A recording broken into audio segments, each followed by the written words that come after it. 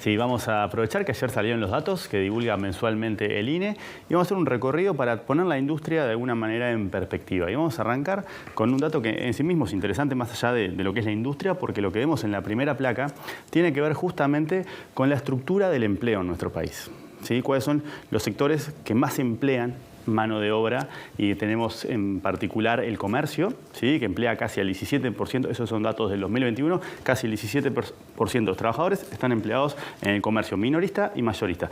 En segundo lugar, ya con un dato del entorno del 10-11%, ahí sí ya tenemos la industria, o sea que ahí ya tenemos la pauta de que nos vamos a meter a analizar un sector que es sumamente relevante de la perspectiva del empleo.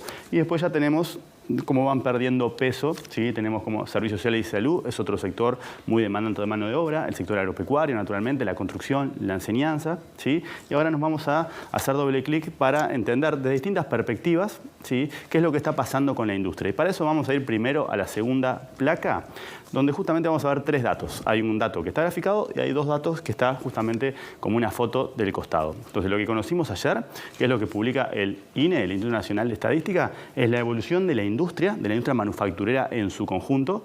En términos interanuales, la industria cayó en el mes de julio. ¿Sí? Luego lo que se hace es, se depura un poquito la industria en su conjunto y tenemos la industria sin la refinería de ANCAP. ¿Sí? Nos da una medida un poco más depurada de lo que es justamente la distorsión de la envergadura que tiene la refinería, y ahí también hay una caída que es un poco mayor. Y en particular lo que en general nos interesa, si queremos aproximarnos a lo que sería la realidad o la situación del tejido industrial uruguayo, es lo que nosotros llamamos el núcleo industrial, donde no solamente excluimos la refinería de ANCAP, sino que también sacamos la planta de PepsiCo, que está en Colonia, en régimen de zona franca, y obviamente sacamos las dos plantas de celulosa. ¿Sí? ¿Por qué?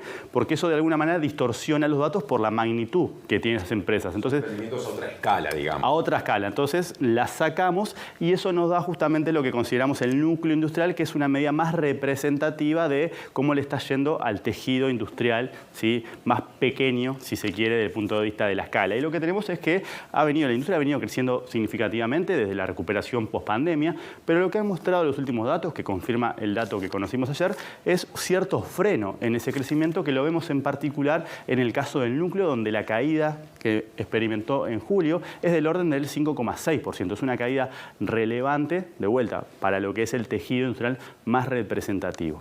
¿Sí? Ha venido creciendo, pero tiene sus variaciones en abril. Sin duda, se ha ido moderando justamente, y acá también hay que tener presente que en mucho de esta serie de información lo que estamos recogiendo son esos efectos de comparación con el 2020. Claro. Entonces, tuvo un rebote muy importante, una recuperación, y ahora efectivamente los últimos datos están dando un cambio de tendencia. ¿Sí? Ahora vamos a la siguiente placa y nos vamos a meter en los indicadores del mercado laboral, o los indicadores laborales que releva también el propio INE en el marco del informe sobre la industria. No son los indicadores laborales que habitualmente relevamos, sino que son justamente los que refieren a la industria. Y acá tenemos dos referencias. Uno tiene que ver con el índice de las horas trabajadas, que justamente en el mes de julio se contrajo, ¿sí? Más de un 7%. Y de vuelta, lo que tenemos es ese efecto también rebote de la base de comparación. Claro. Lo mismo nos pasa con el índice de personal ocupado. Entonces, si bien hay crecimiento, porque la mayoría de las torres están por encima del cero, lo que tenemos es que cuando lo comparamos con lo que está pasando con la situación de la producción industrial, que la producción industrial sí superó ampliamente los niveles prepandemia. En este caso, los indicadores laborales siguen por debajo de los niveles prepandemia. Más allá de que se están recuperando, siguen por debajo de ese umbral de referencia que solemos utilizar, ¿sí? Que es justamente lo que sería el promedio del año 2019. Si ahora vamos a la siguiente placa, vamos a meternos con lo que tiene que ver con otra dimensión, y esto vamos a recurrir a la información del BPS, que también mensualmente lo que hace es, divulga los datos de los beneficiarios del seguro de paro. Entonces, cuando nosotros vemos el dato general, el dato agregado, tenemos que hay más o menos 45.000 personas que todavía están en seguro de paro en términos generales, ¿sí? Pero a la interna de todos los sectores lo que tenemos es una realidad sumamente heterogénea.